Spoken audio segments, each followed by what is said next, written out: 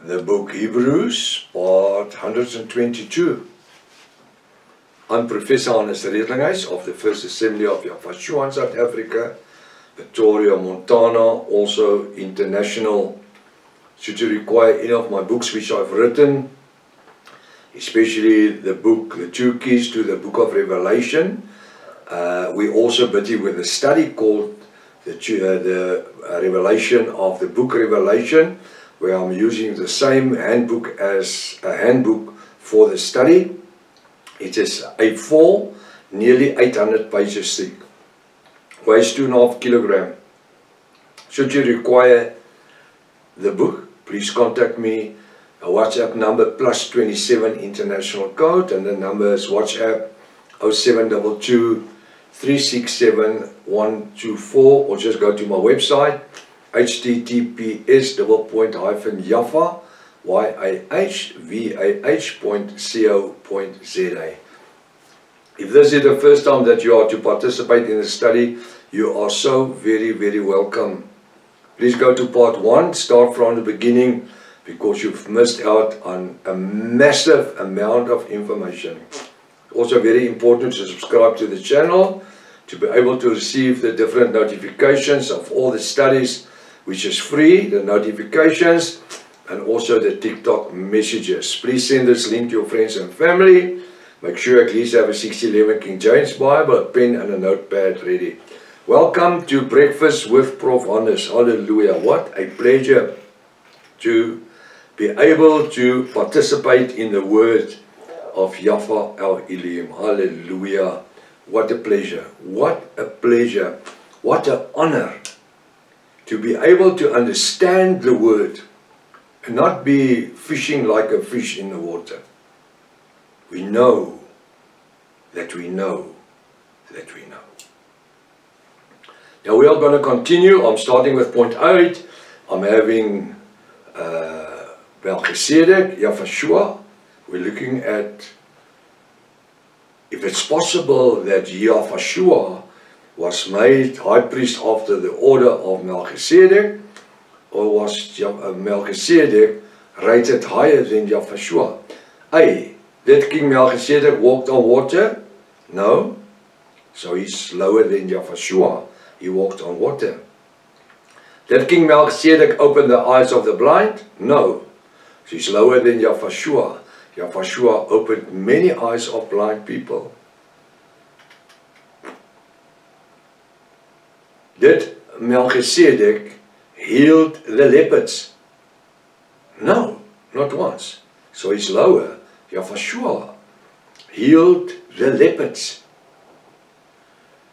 Did King Melchizedek call anybody from the dead, like his friend Lazarus or Lazarus?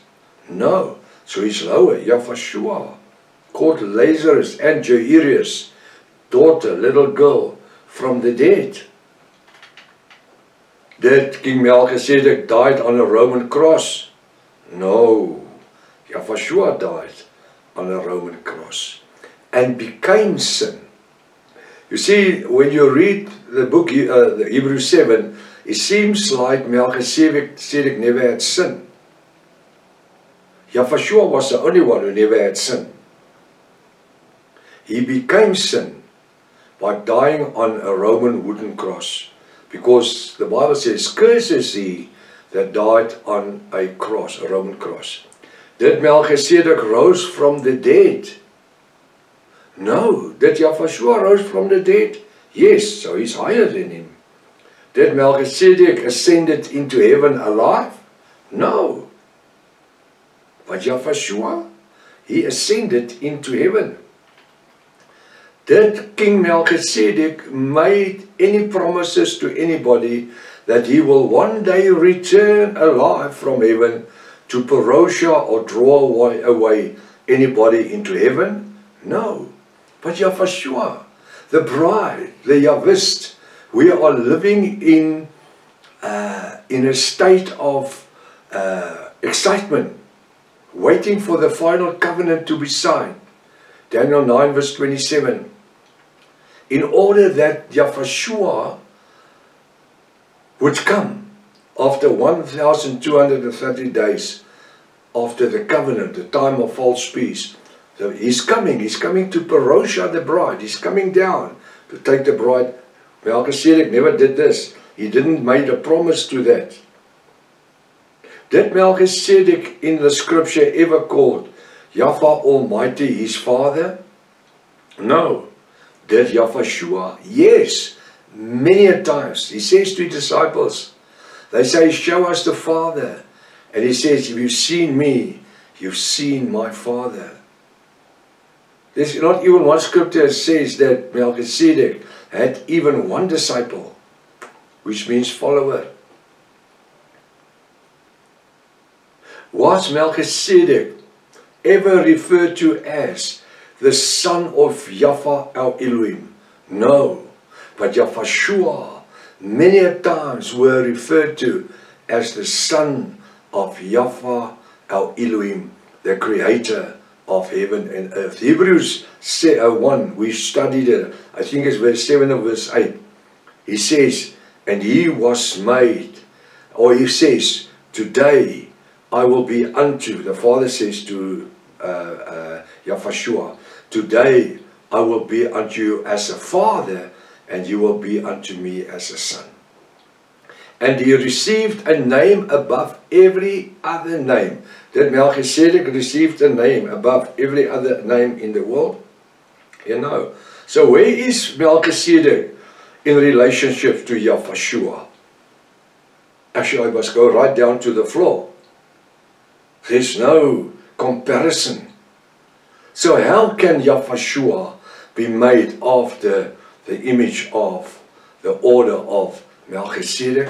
How could he be made a high priest if the one that he was made after was not even a high priest? He was an apprentice priest. He was an ordinary priest. But Yahushua, the high priest. I just want to close this question.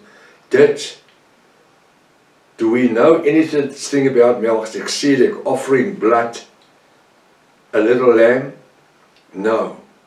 Who was the lamb that Yahushua offered unto the sins of the world and of his people Israel? He offered himself as the sacrificial lamb. Melchizedek never offered himself. Is there any comparison? Or is there any comparison? That is the comparison that you can look at. You understand? There is but no comparison. Now he says, abiding a priest, not a high priest continually. I want to ask the question, did Yahushua become priest or a high priest? He became a high priest. Which office is superior? The high priest? Now why would Yahushua in any way be made high priest after the order of King Melchizedek if he had the superior office? You see, why would Yahushua, if he had the superior office of high priest, be made a priest after King Melchizedek? Now the scripture says, what further need was there that another priest or high priest should rise after the order of Melchizedek and not be called after the order of Aaron? My commentary, according to the Old Testament, we already know that the high priest was called after the order of Aaron or Levi, after the 613 laws of Moses. Now we are made to believe that this high priest, Yahushua, was not called after the Old Testament order of Aaron, but after the order of King Melchizedek, who was even before centuries, the 613 laws of Moses. I mean, there's about 1,000 years 2,000 years between Abram and Yahushua. Now Melchizedek was a normal priest. Yahushua's office was a high priest. According to the New Testament, Yahushua needed no order or other person to be made high priest. Yahushua didn't need another human to be made after or like a high priest. But he was ordained, Yahushua was ordained by Yahweh, the creator of heaven and the earth. This is his own Father, who was the creator of everything in heaven and on earth. If that was the power of Yahweh our Elohim, by which his son Yahushua was made after, why would he then need an office of a normal priest who was a king of Salem, called the King of Peace? I just want to ask a question here. If King Melchizedek was the king of priests, which means of Salem, king, the priest of peace, why did he have the army? Why did he need the army then? If he was the king of priests, if he was the king of peace, why would he need the army? Verse 12. For the priesthood beginning changed. But the priesthood being changed,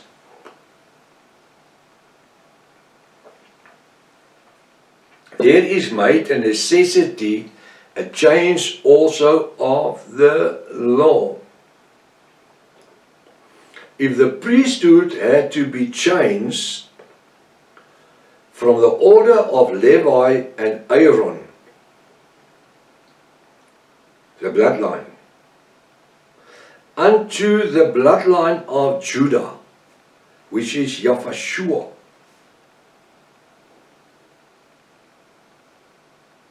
then it would mean that also the laws,